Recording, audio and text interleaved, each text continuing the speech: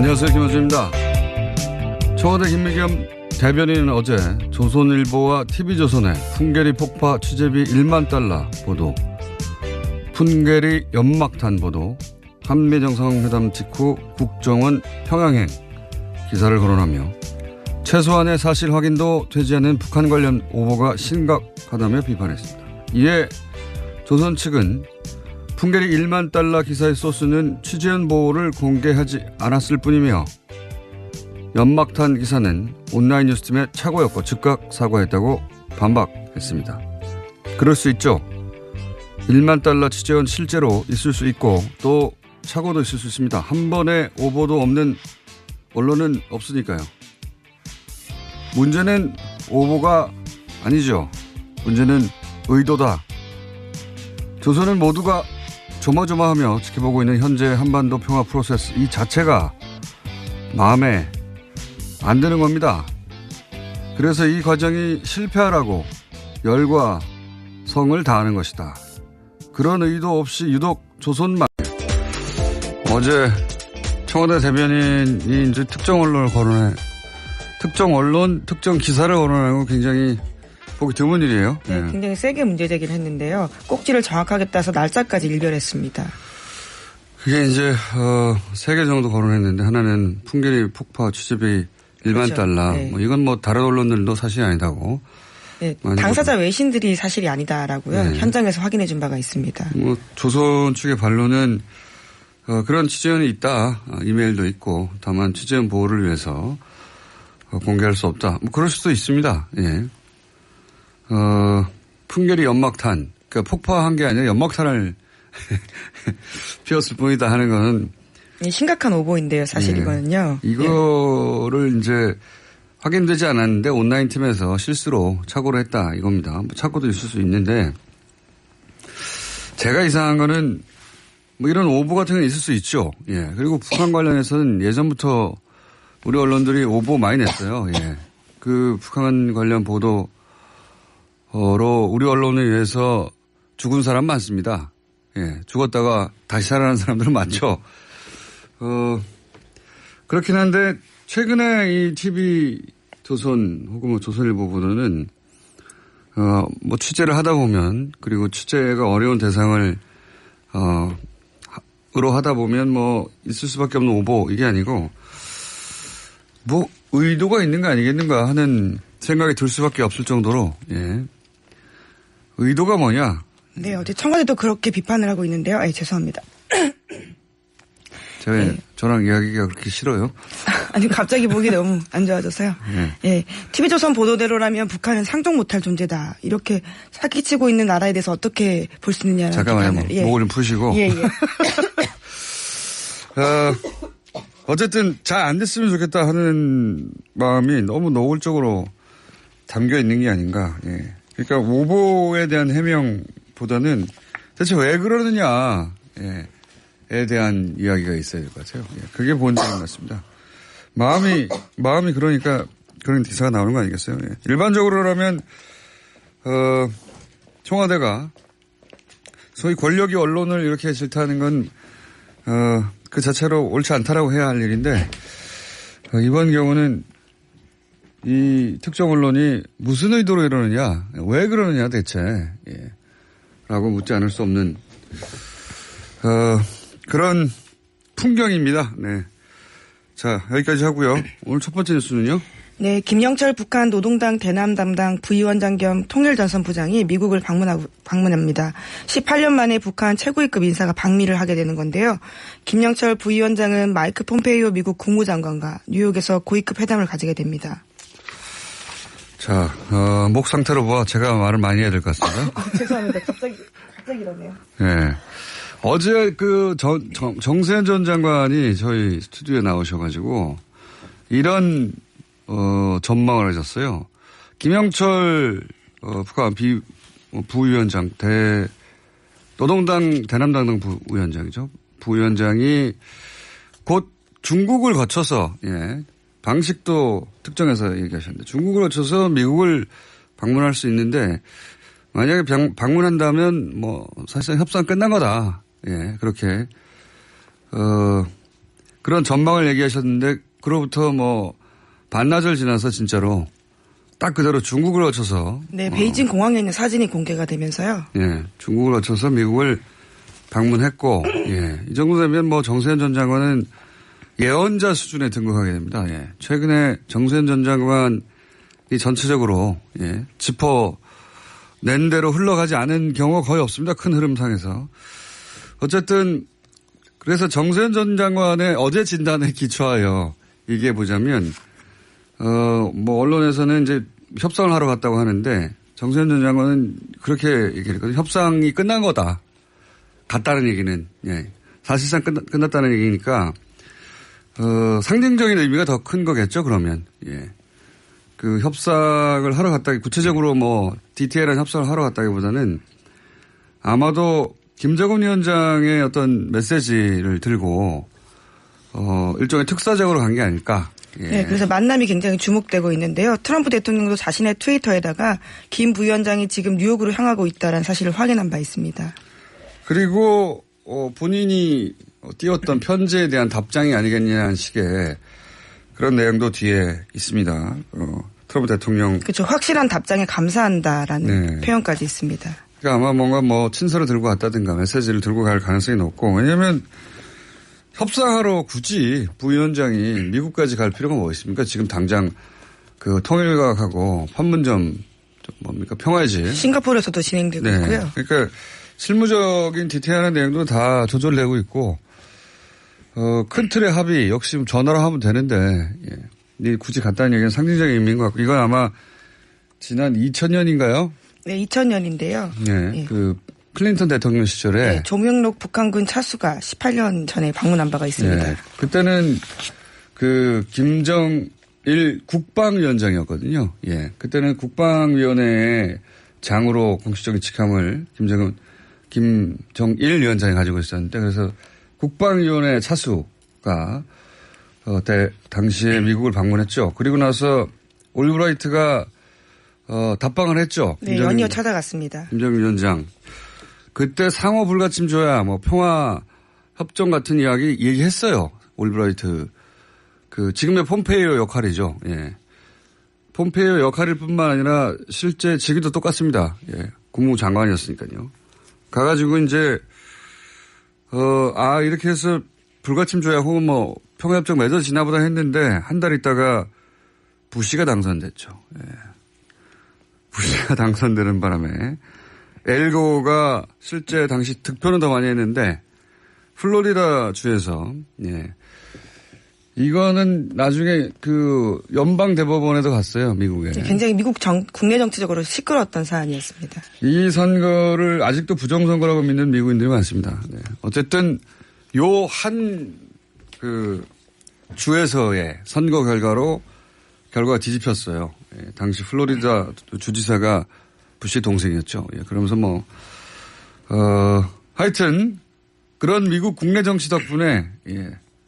뒤집어졌었는데 비슷하게 지금 가는 겁니다. 비슷한 역할로 가는 것 같고요. 그때는 워싱턴을 바로 갔는데 그때는 핵을 보유하고 있지 않았고 이번에 핵을 보유하고 있으니까 아마 바로 워싱턴을 부르는 건 부담스럽지 않았을까. 네, 뉴욕에는 북한 채널이 있기 때문에요. 이제까지도 북미 간의 고위급 접촉이 열린 바가 있기 때문에 덜 부담스러운 지역이다라는 해석이 나오고 있습니다. 그러니까 미국 국내 정치적으로 보자면 미국 입장에서는 핵을 불법적으로 예, 보유한 미국의 고위급 그러니까 북한의 고위급 인사를 바로 워싱턴을 부를 수 없다. 이런 이유가 아니었을까. 네, 실제로 미국의 독자 제재 대상에 올라가 있는데요. 이번에 일시적으로 풀린 것으로 보입니다. 근데 이제 거기까지 가서 미국의 대통령을 안 만나는 것도 이상하긴 합니다. 그래서 저는 결국 만나긴 하지 않을까 뭐 이렇게 전망을 해보는데 이건 정세현 전 장관한테 물어봐야 될 것 같아요. 웬만한 건 그분이 얘기하시면 다 맞기 때문에. 자, 가 있습니다. 그 다음에 아마 폼페이오 장관이 북한을 한 번 더 하지 않을까 3차로. 예. 뭐 그런 전망들이 있습니다. 자, 여기까지 하고요. 다음은요? 네, 남북이 오는 6월 1일로 예정된 고위급 회담의 대표단 명단을 어제 교환했습니다.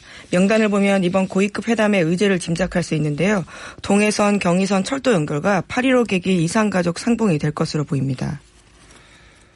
자, 이제는 뭐 열차 연결하는 거 다시 진행될 것 같습니다. 국토교통부 차관이 예, 제2차관이 나가고요. 네, 포함된 걸 보면 기차를 연결하려고 하는 것 같고요. 예. 네, 북한에서도 철도성 부상이 나오게 됩니다. 그러니까요. 철도 연결 이야기가 구체적으로 될 것 같고 철도 연결 이야기를 뉴스공장에서 또 다루기 시작해야 되겠네요. 자, 한동안 멈췄었는데 대화가. 그리고 아마도 이산가족 문제도 얘기할 것 같고요. 그 구성원들로 봐서. 예, 또 개성 남북공동 연락사무소 설치 논의도 할 것으로 보이고요. 산림협약 그리고 아시안게임 남북 단일팀 구성 등도 논의될 것으로 보입니다. 그렇군요. 예.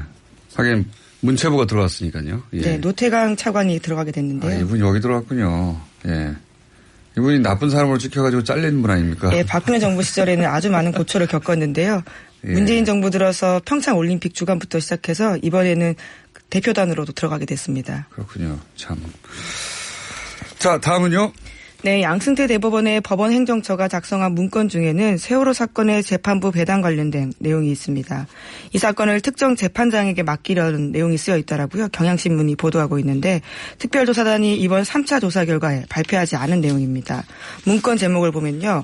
140505 그러니까 2014년 5월 5일에 작성됐다라는 것으로 보이는데 세월호 관련 적정 관할 법원 및 재판부 배당 방안입니다. 문건에는 신광열 당시 인천지법 수석부장판사를 재판장으로 특별재판부를 만들어서 해당 재판부에 세월호 참사 사건을 배당한다라는 내용이 포함되어 있는데요. 굉장히 이례적인 상황입니다. 신광열 당시 수석부장판사는 훗날 김관진, 임관빈 두 분을 풀어준 분이죠. 네, 지난해 12월 달에요. 서울중앙지법 형사수석부장판사로 있으면서 군사이버사령부 댓글 공작 등에 관여되어 있던 두 사람을요. 구속 적부심이란 절차를 거쳐서 석방한 바가 있습니다. 이 석방은 지금까지도 말도 안 된다고 법원 내에서도 말들이 많은 그분이 신광열 부장판사고 이분한테 재판을 맡기는 게 어떤가 하는 문건. 내부적인 검토가 있었다라는 건데요. 박근혜 정부에서 근데 이제 이거에 대해서 현 사법부는 그게 뭐 통상적인 그 조정 절차 정도로 이해를 했다고 하는데. 실제로 이루어지지 않았기 때문에 그렇게 판단했다라는 건데요. 근데 저는 이거는 증거가 없으니까 이 의도에 정치적인 배경이 있다는 증거가 없기 때문에 그냥 통상적이라고 하고 넘어갔지만, 전 좀 이상합니다. 사실 이상한 점이 굉장히 많습니다. 그러니까요. 보통은 그냥 전산배당을 하는데 굳이 이 사건만 따로 사람을 특정해서 이 사람한테 맡기는 게 어떻겠냐고 검토를 했다는 자체가 저는 매우 수상한데, 왜냐하면 세월호가 당시 박근혜 정부에게 가진 의미, 얼마나 부담스러워했는지는. 네, 책임론에 있어서 굉장히 떠나고 싶어 했던 바가 있고요. 또 뿐만 아니라 이 문건을 작성한 곳이 법원행정처 기획조정실입니다. 기획조정실은 일선재판 지원이나 배당 업무를 하는 곳이 아니거든요. 그럼에도 불구하고 이런 문건들을 만들어서요. 해당 사건들을 검토했던 겁니다. 그래서 결과적으로는 그렇게 되지 않았다는 이유 때문에 그냥 통상적인 조정 정도로 판단한 것 같은데 저는 이런 사안은 조사를 해봐야 된다고 봅니다. 네. 그런 의도를 가졌다는 것만으로 왜 이렇게 합니까? 말도 안 되는 거죠. 네, 그리고요. 특정 재판장의 이름까지도 언급되어 있다는 점도 굉장히 이례적이다라고 볼 수 있는데요. 같이 후보로 검토되었던 목포 지원 같은 경우에는 재판장 이름이 없거든요. 그런데 유달리 인천지법만 특정 재판장 이름이 나오고 있습니다. 그러니까요. 인천지법에 이 사람한테 맡기는 게 어떠냐라고 본인들 내부에서 의논을 해봤다는 거죠. 그걸 문건 남겨놓은 건데. 네. 어쨌든 이분이 훗날 김관진 민감을 풀어준 길이 남을 엉망진창으로 만든 구속 적부심을 엉망진창으로 만든 장본인으로 지목되는 분이다. 네, 시점도 굉장히 이상하다라는 지적이 나오고 있는데요. 이 문건이 쓰여진 게 2014년 5월 5일입니다. 그때가 기소하기 전이거든요. 기소하기 전에 보통 법원에서 배당을 연구한다라는 게 굉장히 이상하다라는 게요. 법조계의 보통의 시각입니다. 김관진 전 당시 이제 국방장관 자격을 당시에 일어났던 일을 문제 삼아서 이제 사이버 사령부 건으로 구속됐다가 풀려난. 그렇죠. 구속 적부심이라는 굉장히 이례적인 상황으로 나가게 됐었는데요. 이분이 근데 요즘 뭐 하시나 모르겠네요. 네, 아마 재판을 받고 있는 걸로 알고 있습니다. 이분이 참 시기를 잘 탄 분인데. 자, 궁금하네요. 한번 알아보겠습니다.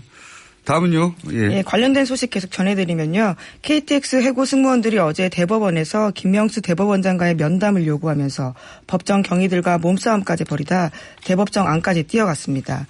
이들은 대법원으로 달려간 이유가요. 지난 25일에 특별조사단이 발표한 문건 때문인데요. 양승태 대법원장 시절에 법원행정처가 2015년 2월 KTX 승무원 관련 재판 등을 미끼로 박근혜 정부 청와대와 거래하려고 했던 정황이 담긴 문건이 나왔기 때문입니다.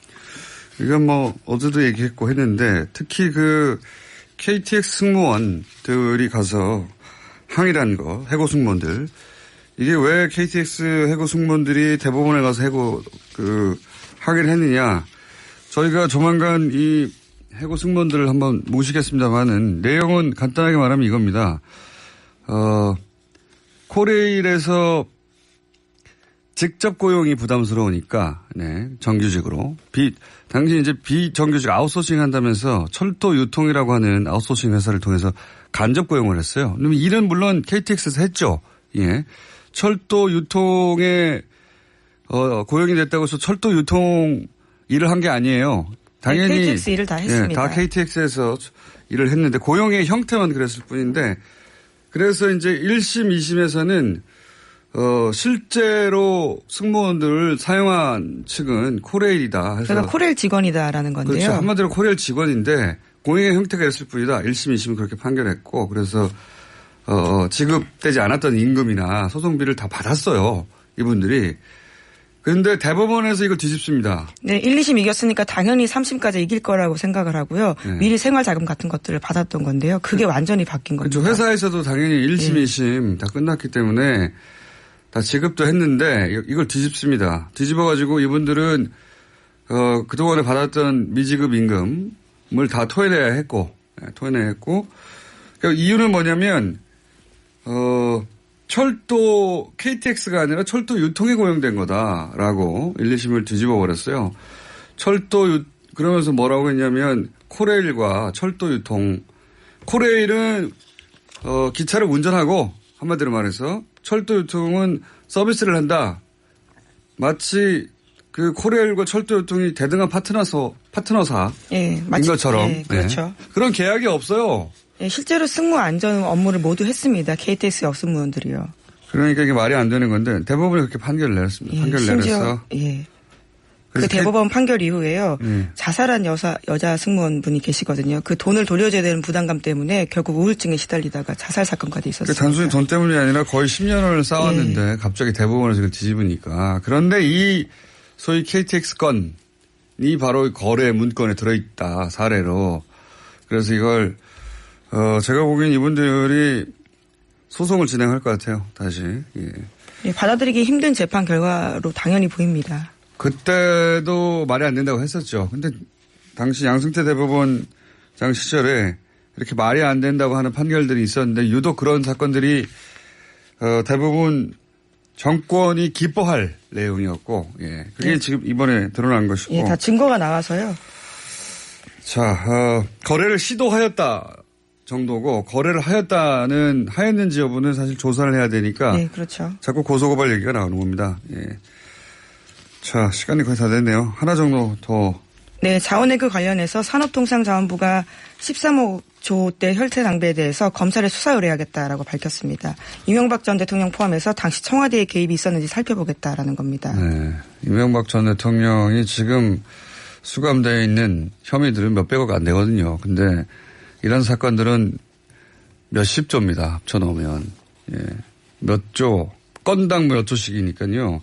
이번에 검찰의 수사를 의뢰했다는 3건, 이 3건만 합쳐도 6, 7, 8, 한 8, 9조 되겠군요. 예, 예 13조라고 나오는데요. 13조예요? 예. 네. 아, 그렇군요. 예. 하베스트 건, 그리고 볼레오 건, 그리고 캐나다 웨스트컷 뱅크 가스 사업 관련된 겁니다. 대표적인 것만 3건을 했군요. 예.